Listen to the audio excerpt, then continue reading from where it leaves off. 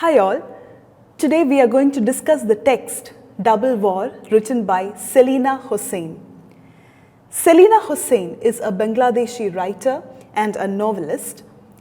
She is presently the chairperson of Bangladesh Shishu Academy.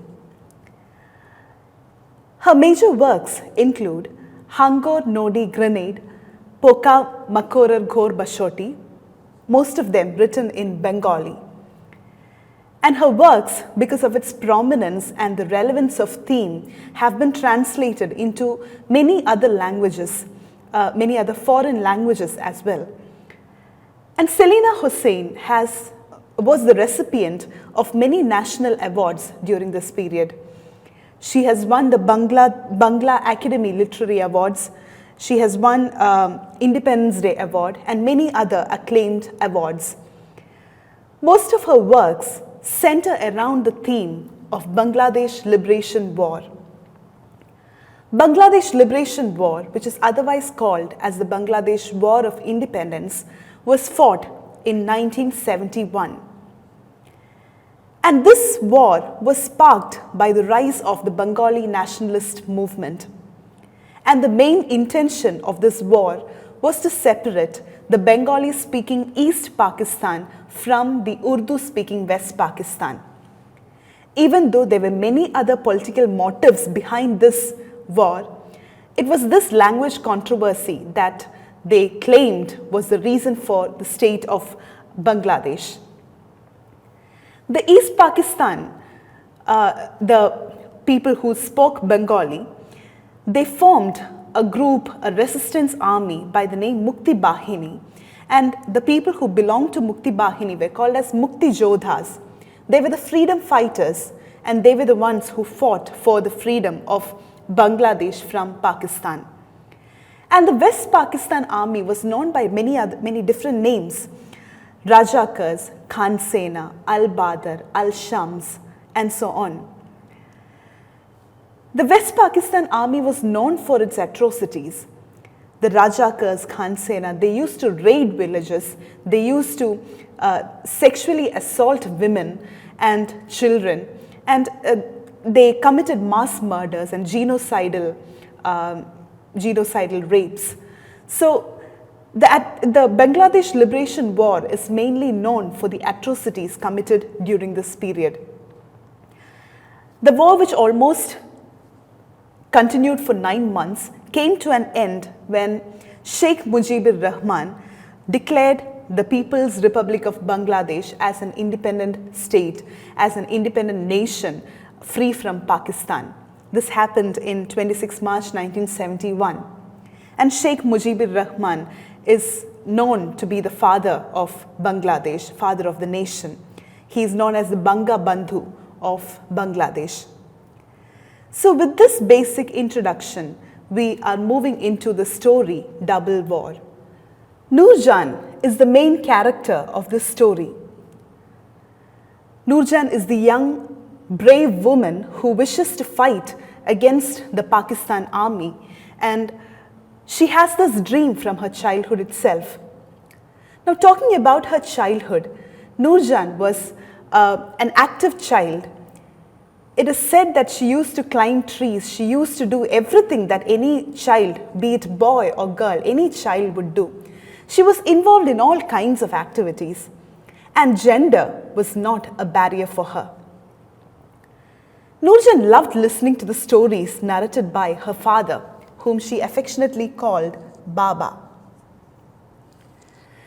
Baba used to tell her stories of Ghasis, the legendary warriors, and one story struck her the most, and that story was that of Sona Bhan.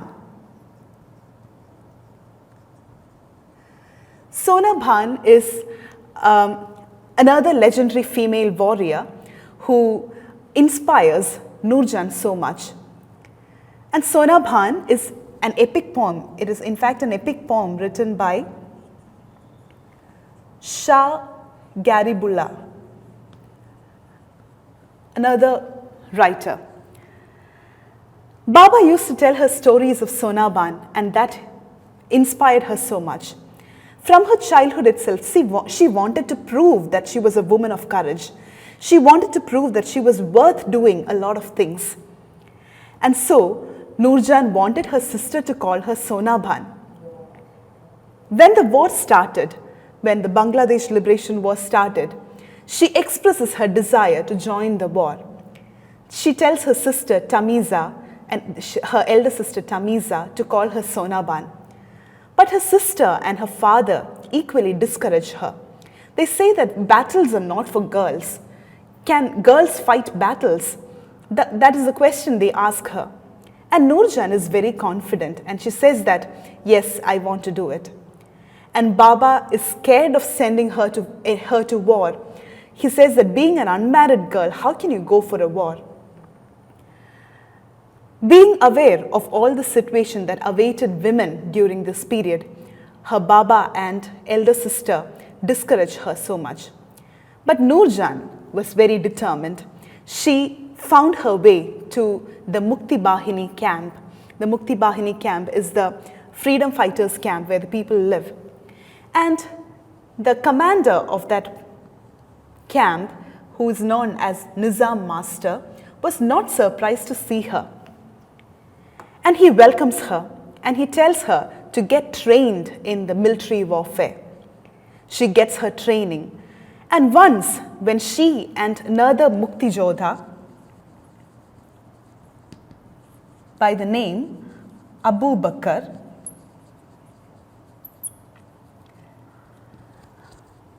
once Nurjan and Abu Bakr, they went to spy on an enemy camp, and that time they were both caught and they were kept in the Pakistan military camp. Now, in that camp, the situation is again different. Selina Hossain says that it was hell in that camp. The reason is Abu Bakr, being a man, did not have to face much torture except for the physical torture. But Nurjan had to undergo a series of tortures. She says that she has satisfied 3 Pakistani soldiers while her stay at the Pakistani camp. And she also talks about this wound at her back. The Pakistani soldiers, they had stabbed her with a bayonet on her back, and that wound was deep that it could not cure by itself, it would not heal by itself. But it was Nurjan's determination that helped her stay in that camp. And Nurjan and Abu Bakr secretly decide that they would pass on any information that they would receive from this camp to the Mukti Bahini camp. Nurjan feels that that is her responsibility. And that is why, when she gets to know that a jeep full of Khan Sena, a jeep full of Pakistani soldiers are moving to the Kanda Pasha village,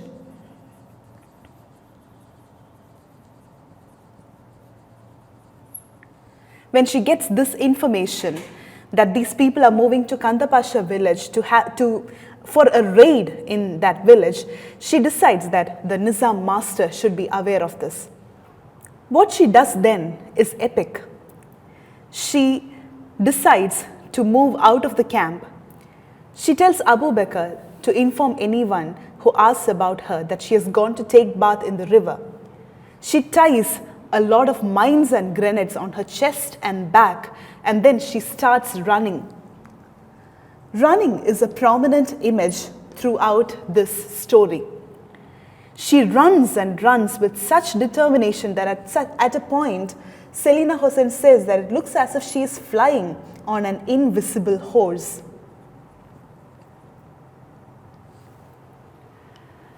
She runs and finally reaches the Mukti Bahini camp. When she reaches there, she tells Nizam Master, she passes on the information and undresses herself again and puts all the mines and grenades on at the camp. She then gets accompanied by 5 other Mukti Jodhas, and they go and plant the mines and grenades in certain places so that when the jeep of Khan Senas come, they will be blown away right there and they would not be able to enter the Kanda Pasha village. With this plan, having accomplished all these things, on her way back, Nurjan takes a dip in the river, and with that wet sari, she gets back into the camp.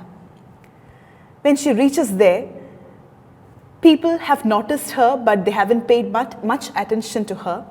But by the afternoon, when they get the news that the jeep of Khansenas have been blown off, she is dragged by her hair, and the next series of torture happens for her. And towards the end of the story, we see Nurjan naked with a lot of wounds on her body and blood dripping from her body. This is what the plot of Double War basically is. When we move into a deeper analysis of the text, we understand that identity is something which is prominent here. As we all know, this lesson, Double War, belongs to the second module of literature and or as identity. And the second module is about the South Asian identities. What is special about the South Asian identities? South Asia, which includes the areas like India, Pakistan, Bangladesh, and all these, they are driven by certain trauma of partition. Most of the people in these South Asian regions are known to have gone through this period of partition. And when we look at the identity, their identity has a great role. The partition has a great role in forming their identity. So we can look at Nurjan as a South Asian woman who goes through this experience of partition, who is deeply driven by the spirit of nationalism and the trauma that she undergoes as a woman and a person belonging to the Mukti Bahini camp. And the title becomes relevant at this point. The title is Double War. Here there is a reference to two wars. The first war is the National War, which is a direct reference to Bangladesh Liberation War. And the second war of Nurjan is her body. Her body becomes a war front for her. Being a woman, that becomes a part of her identity. Nurjan herself says that she is devising strategies using her body and not with any other war mechanisms. She says that she can use her body and her identity as a woman to aid the national movement that is going on there. She is aware that because she is a woman, she can access the social spaces more frequently than any other male Mukti Jodha. And she knows that she is useful in this manner. Here, the woman's body becomes a site of resistance. It is not merely a gender issue. The body is not merely something to do with sexuality, but it also becomes a political war front because she uses her body to fight the national war, the Bangladesh War of Liberation. And Nurjan is presented almost as a mythical figure. There are instances when Nurjan behaves like a superhuman. The way she runs, the way she flies, the way she feels that she is like an invisible horse, and the way she enters into the Nizam master's camp, the way she undresses herself, the way she orders every other Mukti Jodha to come together and to accompany her in the mission that she undertakes. She is given this figure of a demon goddess.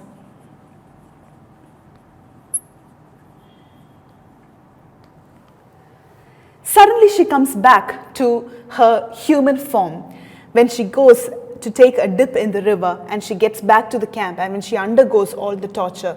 So this mythical figure is what Nurjan is, or that's how Selina Hossain has presented her in this story. It is also interesting to note how Nurjan makes use of her body to trick the Pakistani soldiers. We see that when she enters the Mukti Bahini camp with all the mines and grenades, she undresses herself. Now it is very evident that there is no sexual desire here. It is not sexuality that matters there, but what matters there is a desire for political freedom. So from that, when she gets back to this camp, that is where she uses her body for the purpose of sexuality, to satisfy the other Pakistani soldiers there. And the way she takes a dip in the river and gets back to the camp, that is a strategy. That's exactly what she means by using her body as a strategy, as a war strategy. She takes a dip in the river, she comes back to the camp, and she is able to very brilliantly deviate the attention of other Pakistani soldiers. And this way of using the body as a site of resistance, this way of using the body as a means to achieve political freedom is important. She, instead of sexually satisfying herself to the male gaze, she tricks the male gaze by the strategies she uses with her body. It is also important to know that there are two allusions here. We have already mentioned them. One is that of Sona Bhan. Sona Bhan is the epic poetry written by Shah Garibullah, as we said earlier. Now, this is essentially linked to the oral storytelling tradition of the community. We understand that Sona Bhan is a story that belongs to the Puthi literature.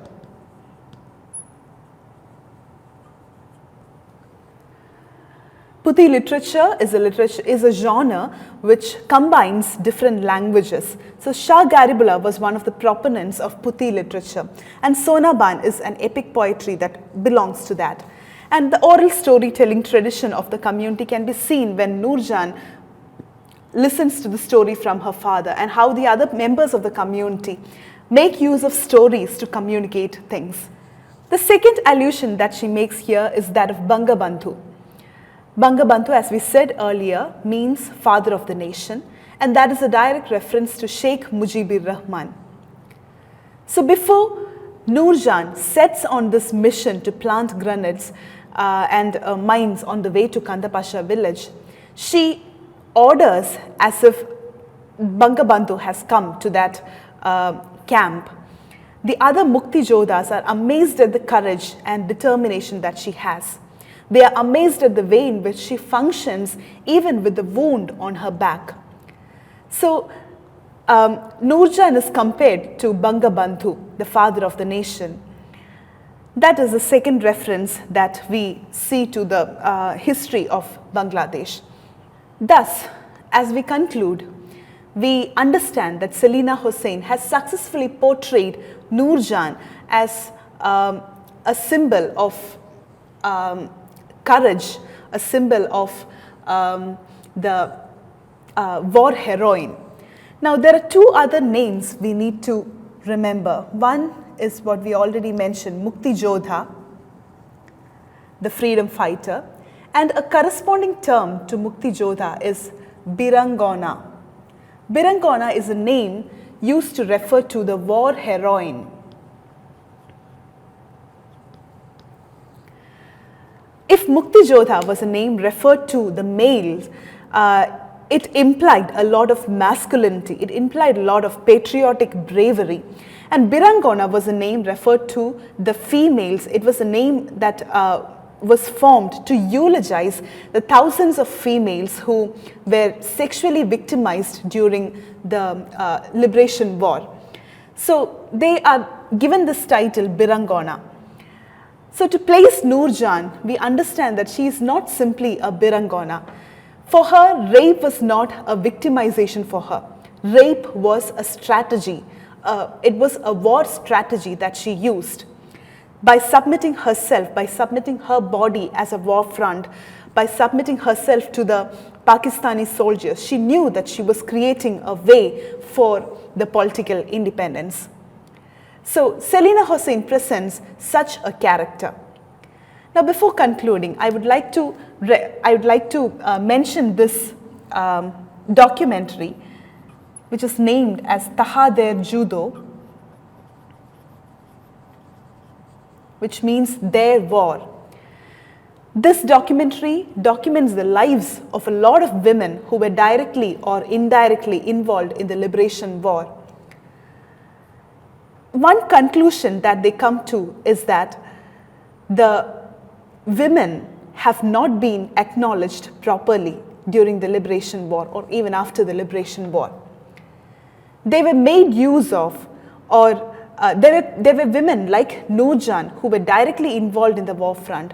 There were women who were brave enough to kill another enemy from the opposite camp, but none of them were praised for their bravery. And Selina Hossain has actually accomplished in her mission. Selina Hossain presents this a representative of all these women who were part of Bangladesh Liberation War. Thus, Selina Hossain, when she concludes, she believes that through the character of Nurjan, she was able to open up a vision into the lives of such women who have toiled hard during the Bangladesh Liberation War. Thank you.